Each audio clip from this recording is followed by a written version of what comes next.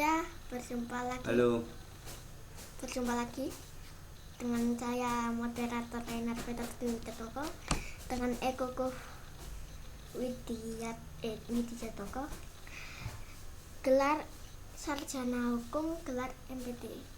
Kita sekarang ke tema formulasi persumpahan pemikiran. Apakah hasil formulasi persumpahan pemikiran? Ikuti langsung sampai akhir, guys. Oke. Banter ya. Ya, berjumpa kembali bersama saya di channel Koko Widyatmoko. Nah, ini. Ya. Apa yang akan kita bicarakan? Nah, kita menggunakan metode berbeda dari biasanya, metode baru. Semoga membantu pemahaman daya serap apa yang disampaikan nanti. Ikuti sampai tuntas karena ini menyangkut 3 tokoh besar. Bakal seru. Ya, gimana letaknya?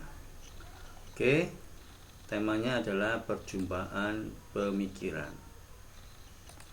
Oke, Ya. 3 tokoh hari ini adalah Emil Durkheim, Karl Marx, dan Weber. Ya.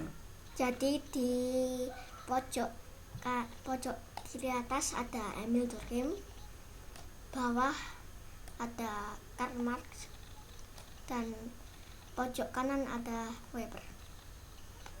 Ya, ini inisialnya, abjadnya E. Ini W. Ini K.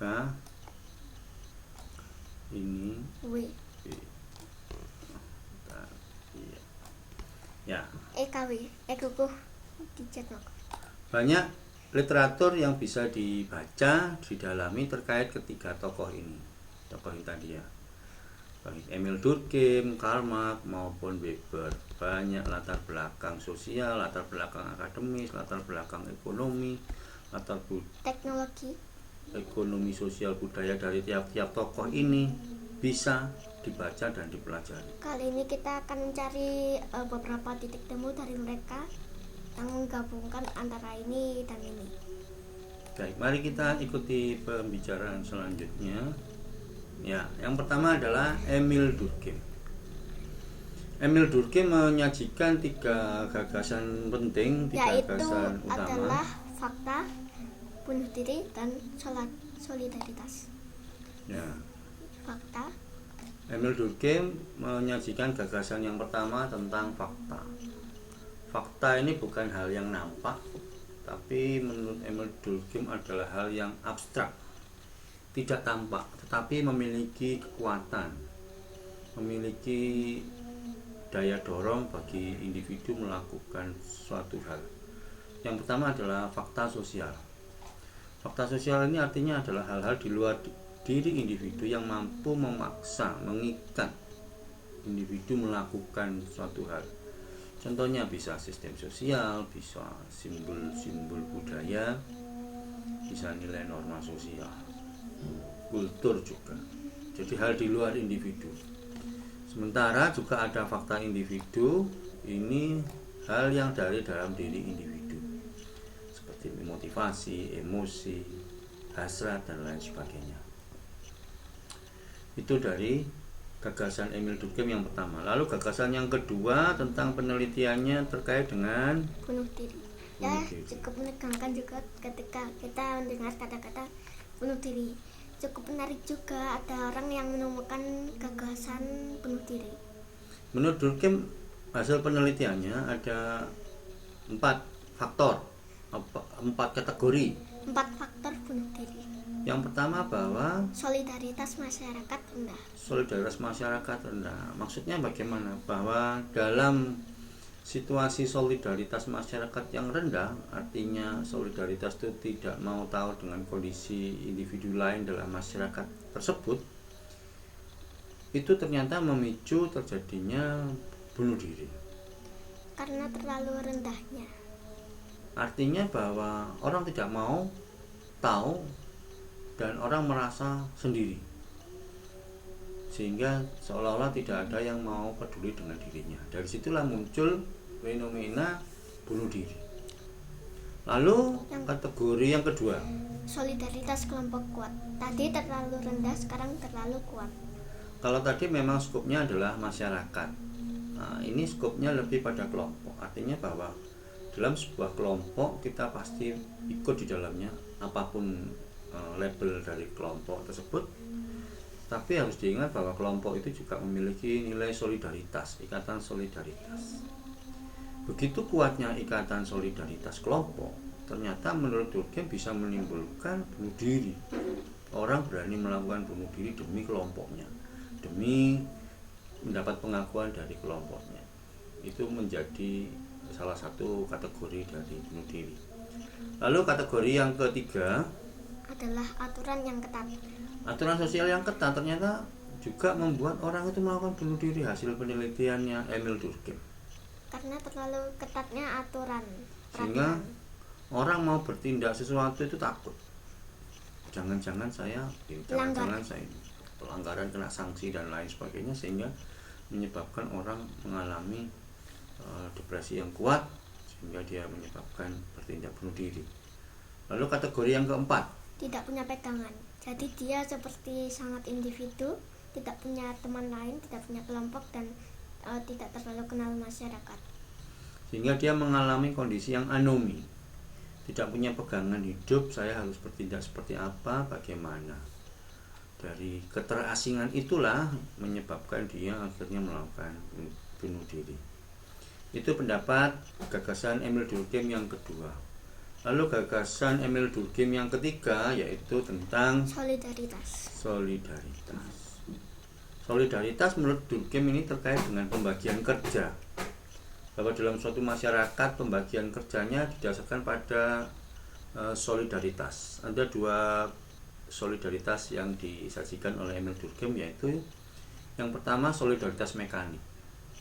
Solidaritas mekanik itu artinya bahwa ada kesamaan yang menggerakkan. Ada hal sama dalam individu yang mampu menggerakkan, melakukan suatu aktivitas, suatu pekerjaan. Lalu ada juga ini tadi mekanik, lalu yang organik. Sebaliknya dalam solidaritas organik itu karena didasarkan pembagian kerja oleh pembedaan-pembedaan. Nah, pembedaan-pembedaan dalam individu ini menyebabkan individu ini terpisah-pisah, terpilah-pilah, terpecah-pecah, sehingga nilai individunya sangat tinggi, individualistiknya tinggi, dan pembagian kerjanya lebih jelas. Sehingga kalau diperhatikan masing-masing komponen itu ada korelasinya. Fakta sosial ini lebih pada ke hal yang mekanik, fakta individu lebih pada ke organik, lalu individu ini lebih ke solidaritas masyarakat yang rendah, lalu tidak punya pegangan, sementara yang sosial ini lebih ke solidaritas yang kuat, aturan yang ketat. Lalu di sini sosial ini mekanik dan organik. Organik ini masyarakat yang rendah lebih ke organik, merasa terasing, lalu tidak punya pegangan, kebingungan, organik. Lalu solidaritas yang kuat, mekanik, aturan yang ketat, mekanik. Jadi semua ini saling tergabung satu sama lain. Ya, itu tadi tentang Emil Durkheim. Sekarang kita berpindah ke Karl Marx. Sekarang kita tentang kelas borju dan kelas proletar. Proletar tadi ya, sebentar.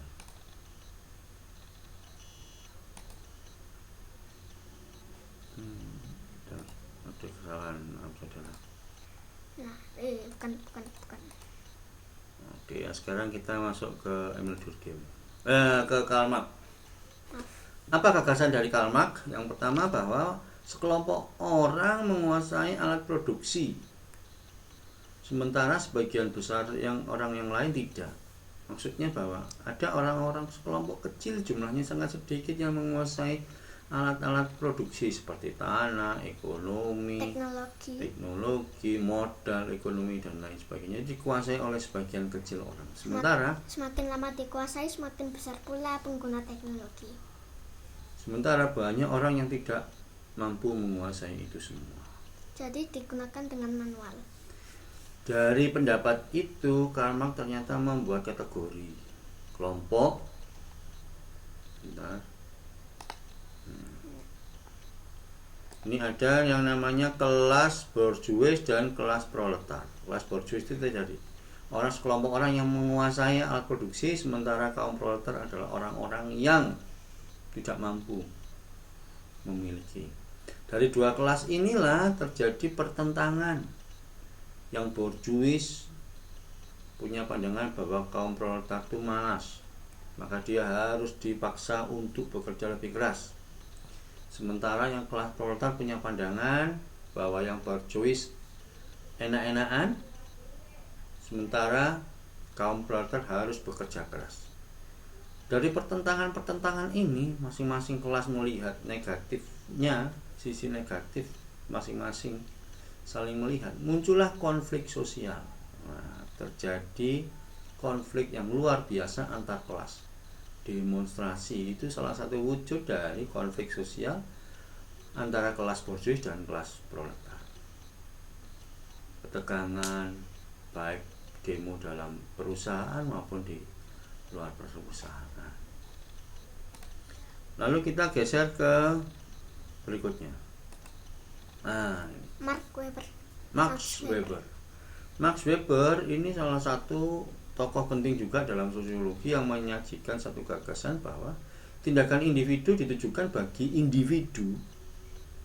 Ya, tindakan individu ditujukan bagi individu atau kelompok untuk memiliki tujuan subjektif. Jadi selain dalam diri individu itu ternyata ada nilai subjektif. Nilai subjektif yang hanya diketahui oleh individu tersebut.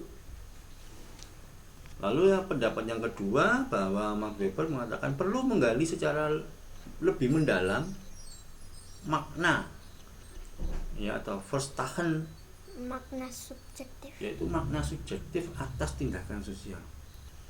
Jadi memang di sini Weber punya pandangan hasil penelitian dan kajiannya bahwa ternyata sebetulnya orang bertindak sosial pun ada makna subjektif. Nah, tindakan sosial menurut Weber ini dikategorikan ada 4. Yang pertama, rasional instrumental. Maaf tidak ditambahkan S-nya, lupa. Instrumental ya. Artinya bahwa tindakan sosial individu ini memang memiliki kerangka berpikir, nilai rasional demi mencapai tujuan tertentu. Ya, demi mencapai tujuan tertentu. Sehingga tindakan sosial itu memang jelas ditujukan untuk mencapai satu hal. Lalu tindakan sosial yang kedua, rasional nilai. Orang bertindak melakukan tindakan sosial yang dilakukan individu ini didasarkan pada satu nilai yang ingin dijunjung tinggi, nilai yang ingin dipelihara, nilai yang ingin dipertahankan. Nah, tergantung nilainya apa. Ada nilai komunitas, ada nilai kelompok, ada nilai macam-macam yang perlu. Nilai bukan berarti angka, tapi nilai suatu hal yang abstrak. Lalu tindakan sosial yang ketiga, afeksi.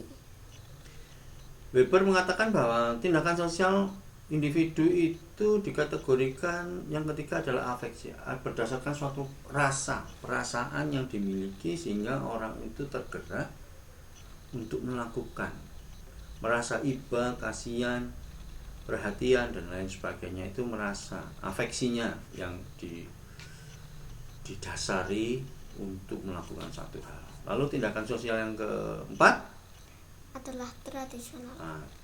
Tindakan sosial tradisional ini lebih mengacu pada hal-hal konservatif, kebiasaan-kebiasaan dari leluhur, nenek moyang yang diupayakan, diperjuangkan, dipelihara dari waktu ke waktu. Ya, jadi itu tadi 3 tokoh penting dalam sosiologi yang kami sajikan terkait dengan formulasi perjumpaan pemikiran. Nah, sekarang kita akan berbicara lebih lanjut pada pertemuan selanjutnya. Nah, bagaimana hal itu? Ikuti pembicaraan selanjutnya. Jangan lupa subscribe. Terima kasih. Ya.